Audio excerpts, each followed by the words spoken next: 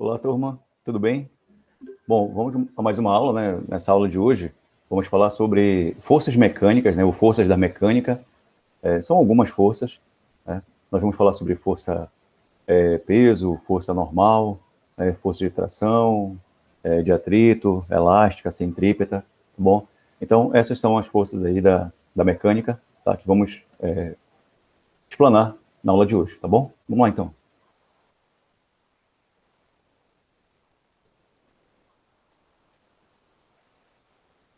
Bom, você já deve estar vendo aí a nossa tela com a aula de hoje, ok? Então, vamos lá. Bom, essas forças mecânicas ou forças da mecânica, elas podem ser de dois tipos, tá? Ou essas forças podem ser forças de campo ou forças de contato, ok? Bom, forças de campo são aquelas que agem à distância, né? E de contato, obviamente, né? Tem que ter contato entre superfícies. Bom, primeira força que vamos falar é a força peso, ok? Então, a força peso, na verdade, é a força com que, por exemplo, né, a Terra atrai os corpos.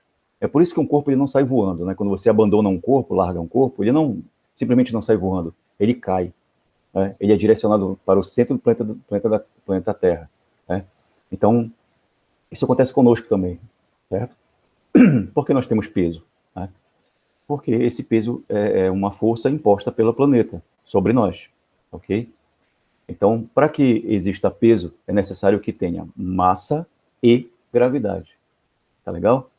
Tem massa, tem gravidade, tem peso, tá legal? Muita gente fala de forma equivocada, né? Ah, eu vou me pesar, né? Vou na balança me pesar e tudo mais.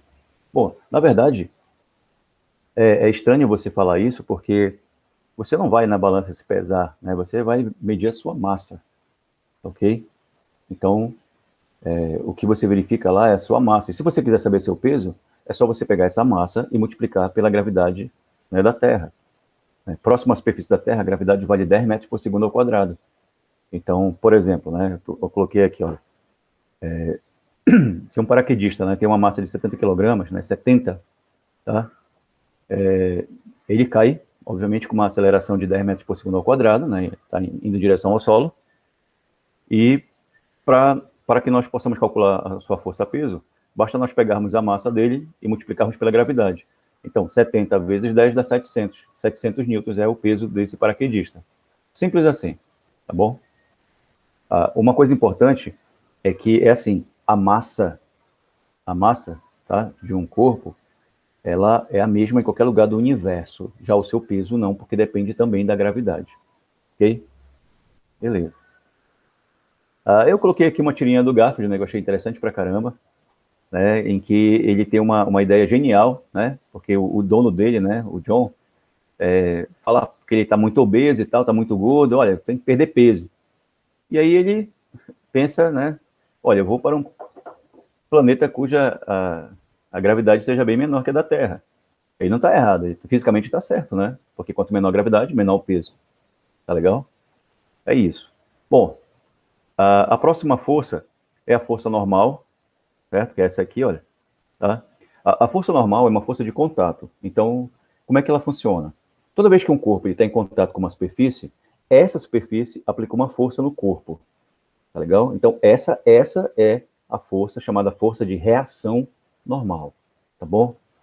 E como vocês podem ver aqui, olha, essa força normal, ela não é a reação da força peso. Ela não é. Tudo bem? Por que eu sei que não? Porque tanto a força normal quanto a força peso são duas forças sendo aplicadas no mesmo corpo. E forças de ação e reação são aplicadas em corpos diferentes. Tá legal? Ok. Bom, e aqui nós temos a força de tração. Tá?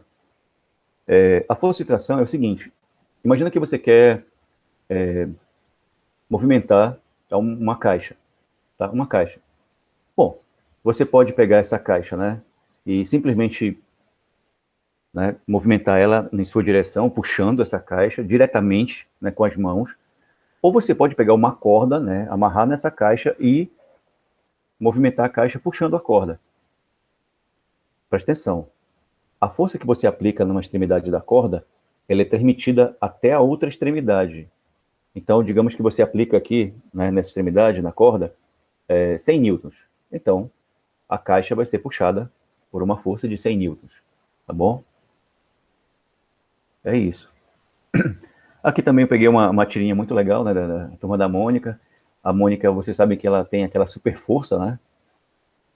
Só que ela não consegue tirar o Cascão do lugar, né? Porque ele morre de medo de água. Bom, e aqui nós temos uma outra força, né? Na verdade, eu coloquei forças de atrito porque, na verdade, são duas, tá? Nós temos a força de atrito estático e atrito dinâmico, tá bom? A força de atrito dinâmico é simples, tá? Muito simples de entender.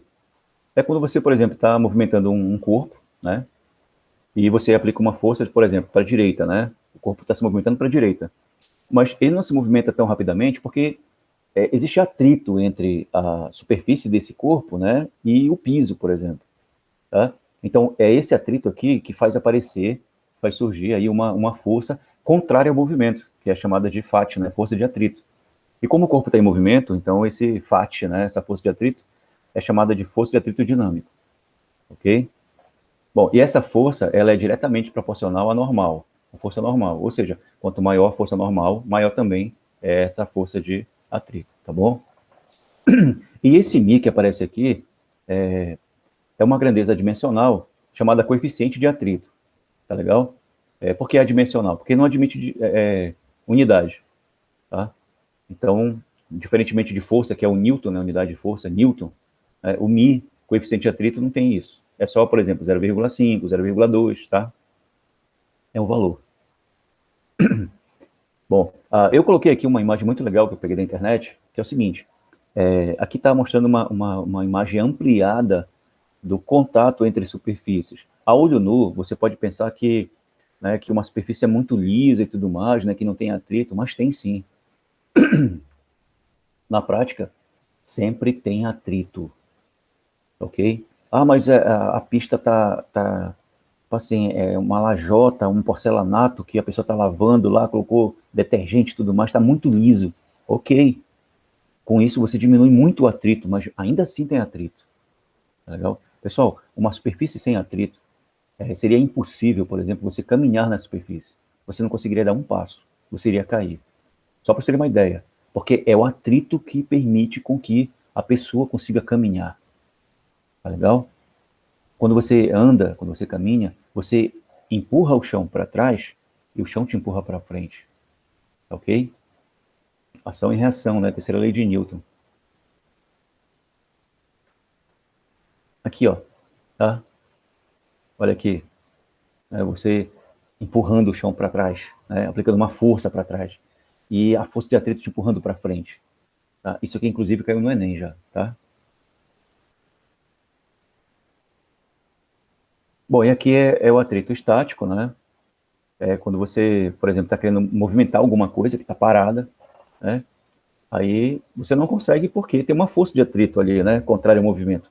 Aí você vai ter que ir aumentando a força gradativamente, aumentando, até que você consegue, né, fazer com que esse cara entre em movimento, ok? Então, esse atrito aí, que faz com que o corpo permaneça ali, né, parado, estático, é o FAT, né, estático. Bom, e aqui nós temos a força elástica. Pessoal, eu espero que vocês estejam memorizando aí as fórmulas, tá bom? Porque basicamente, né, cada força tem uma fórmula, com exceção da normal e da tração, né? As outras têm uma fórmula ali, que é importante, muito importante que você consiga gravar, tá legal? Bom, força elástica. A força elástica é o seguinte, existiu um físico que era contemporâneo de Newton, de Isaac Newton, chamado Robert Hooke. Esse físico, ele conseguiu comprovar, verificar que a deformação que um corpo ele sofria, por exemplo, uma mola, essa deformação ela era diretamente proporcional, ou melhor, é diretamente proporcional à força aplicada no corpo. E essa força é a força elástica, ok? Então, essa força ela aparece em corpos com propriedades elásticas, né? Liga, né? Mola, ok? Olha aqui, eu tenho aqui, né, um bloco, esse bloco está preso a uma mola, ok? Aí o que eu vou fazer com esse bloco? Eu vou deslocar ele para a direita. Bom, aqui, ó, desloquei ele. Então, eu desloquei ele de uma certa distância, naquela condição de equilíbrio que ele estava, né? Essa distância é chamada de x. Na física, ela tem um nome, tá? Essa distância é chamada de deformação, tá? Então, digamos que você tenha deformado o corpo 10 centímetros. Então, você deslocou ele ali, ó, né? A mola, né, distendeu 10 centímetros, tá bom? Isso é deformação. Bom, então, para esta deformação, para esta distância, eu tenho uma força elástica. E quanto mais você vai, né, distendendo essa mola, esticando, maior é a ação dessa força. Tá legal? Deu para entender? Beleza. Outra coisa, não está aqui, mas existe uma fórmula para força elástica, tá legal? A fórmula é essa aqui, olha. Força elástica é igual a K vezes X. Bom, quem seria o K? O K é a constante elástica do corpo, né? No caso aqui, a mola, por exemplo. Constante elástica da mola. E o X é a deformação. Kx, só isso. Tá ok? Então, força elástica é Kx. Tudo bem? Beleza. E, para nós finalizarmos essa nossa aula sobre forças mecânicas, né? Falta falar sobre a força centrípeta. Bom, a força centrípeta, ela sempre vai aparecer quando o corpo estiver executando um movimento curvilíneo.